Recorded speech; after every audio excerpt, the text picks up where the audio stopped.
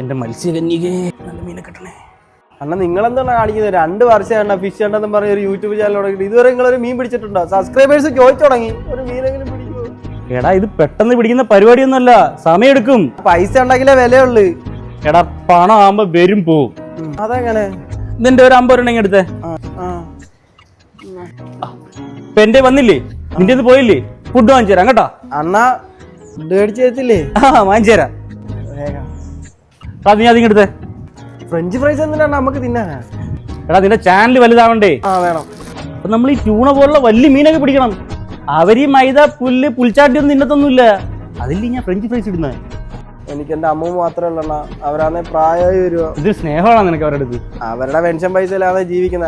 തള്ളേക്കടം ചത്തുപോയി കഴിഞ്ഞാൽ എനിക്ക് ജോലിക്ക് കൊണ്ടുവരും. എന്റെ ചാനലിൽ ഒന്ന് കര കയറ്റണോ? എടാ എന്നെ ടെൻഷൻ അടിപ്പിക്കില്ലേ? ടെൻഷൻ അടിപ്പിച്ച് മീനെ കിട്ടത്തില്ല. മീൻ ടെൻഷൻ അടിച്ച് പോയി കളയും. ഞാൻ പിടിക്കാം മീനെ. എടാ എന്ത് കാര്യമായിട്ട് കുത്തി കേട്ടോടാ.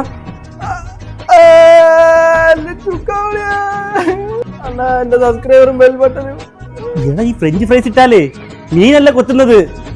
പിടിച്ചേ, ഇപ്പൊ വരാം. അല്ല എന്റേത് എടാ അതുവരെ ഇറ, നല്ല മീനെ കിട്ടും.